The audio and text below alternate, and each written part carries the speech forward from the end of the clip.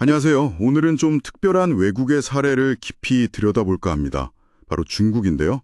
2024년 말 기준으로 중국의 65세 이상 인구가 벌써 2억 2천만 명을 넘어섰다고 해요.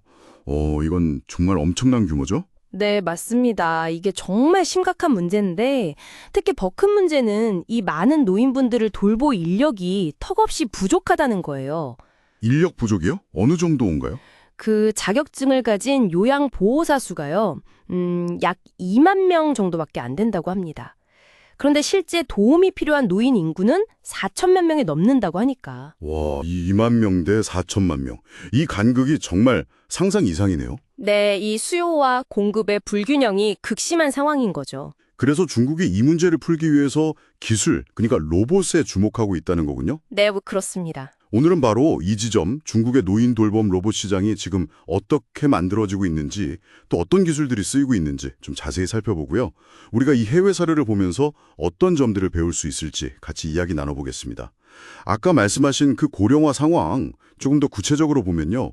2050년에는 60세 이상 인구가 무려 5억 명에 달할 거다. 뭐 이런 예측까지 있더라고요. 네, 정말 심각한 수준으로 가고 있는 거죠. 근데 앞서 말씀하신 것처럼 자격증 가진 사람은 너무 적고 수요는 폭발하고 있고 게다가 현재 돌봄 인력의 80% 이상이 40대에서 60대 사이 여성분들이라는 이런 구조적인 문제도 있다고요. 맞습니다. 이게 딱 특정 연령대 여성에게 집중되어 있는 구조거든요.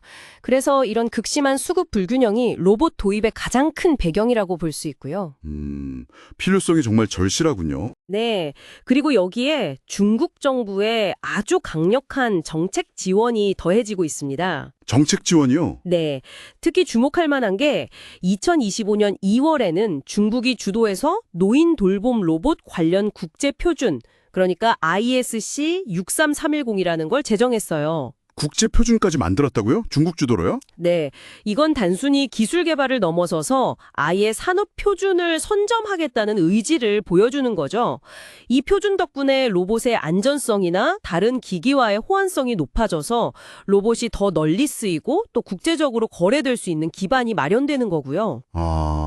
확실히 정부 차원에서 밀어주고 있네요. 그렇죠.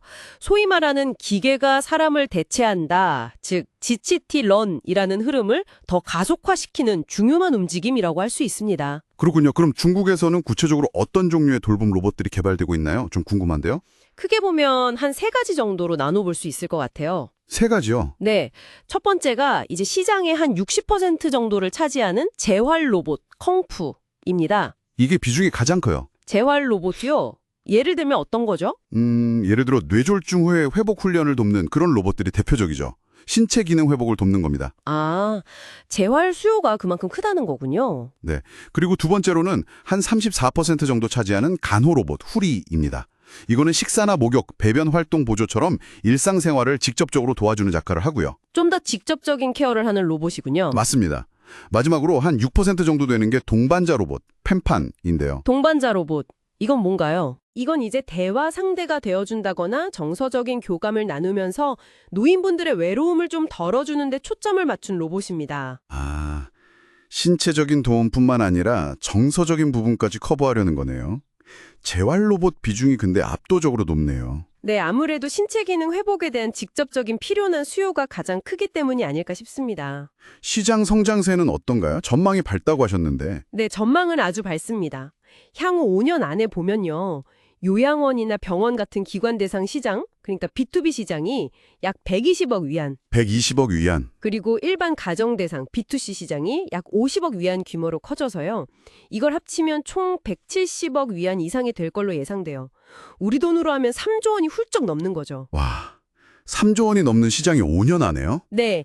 그리고 2029년까지는 전체 시장이 15억 위안을 넘어설 거라는 그런 예측도 있고요. 성장이 정말 빠르네요. 특히 아까 말씀드린 재활 분야에서는 프리에 같은 중국 현지 기업들이 있어요.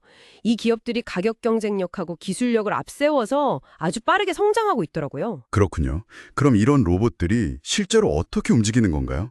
핵심 기술 같은 게 있을 텐데요. 네, 기본적으로 로봇의 작동 원리는 크게 보면 4단계입니다.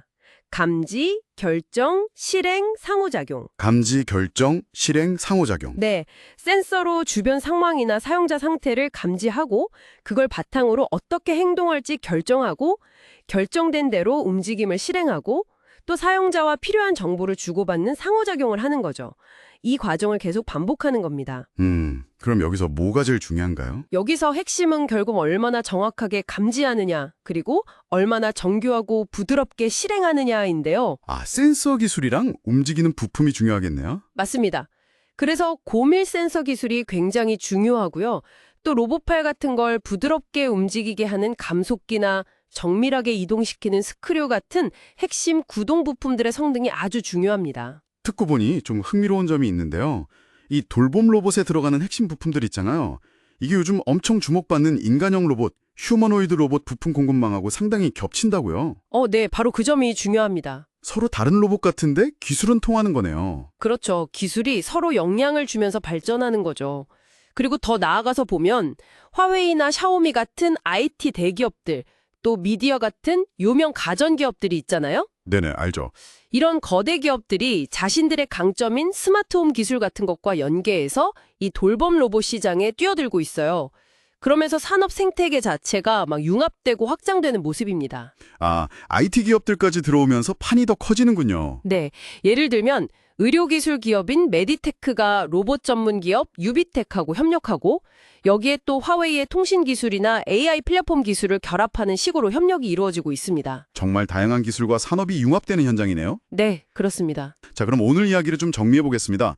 중국은 지금 아주 심각한 고령화 문제와 또 돌봄 인력 부족이라는 큰 사회적 과제에 직면해 있고요. 네, 이 문제를 해결하기 위해서 정부의 강력한 정책 지원과 기술 혁신을 바탕으로 노인 돌봄 로봇이라는 새로운 시장을 아주 빠르게 키워나가고 있다는 거군요. 순위 로봇 기술뿐만 아니라 IT 대기업들이 참여하면서 스마트홈 같은 다른 산업과의 융합도 굉장히 활발하게 일어나고 있다는 점, 이게 참 인상 깊습니다. 그렇죠. 기술이 어떻게 사회 문제를 풀어갈 수 있는지 보여주는 아주 흥미로운 외국의 사례라고 정리할 수 있겠습니다. 네, 기술 발전의 긍정적인 측면을 잘 보여주죠.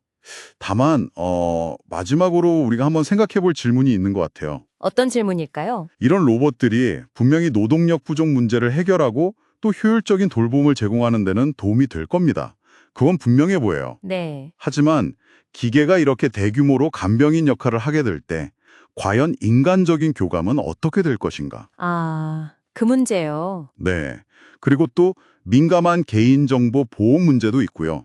더 나아가서 과연 돌봄이라는 것의 본질적인 의미는 또 어떻게 변하게 될 것인가?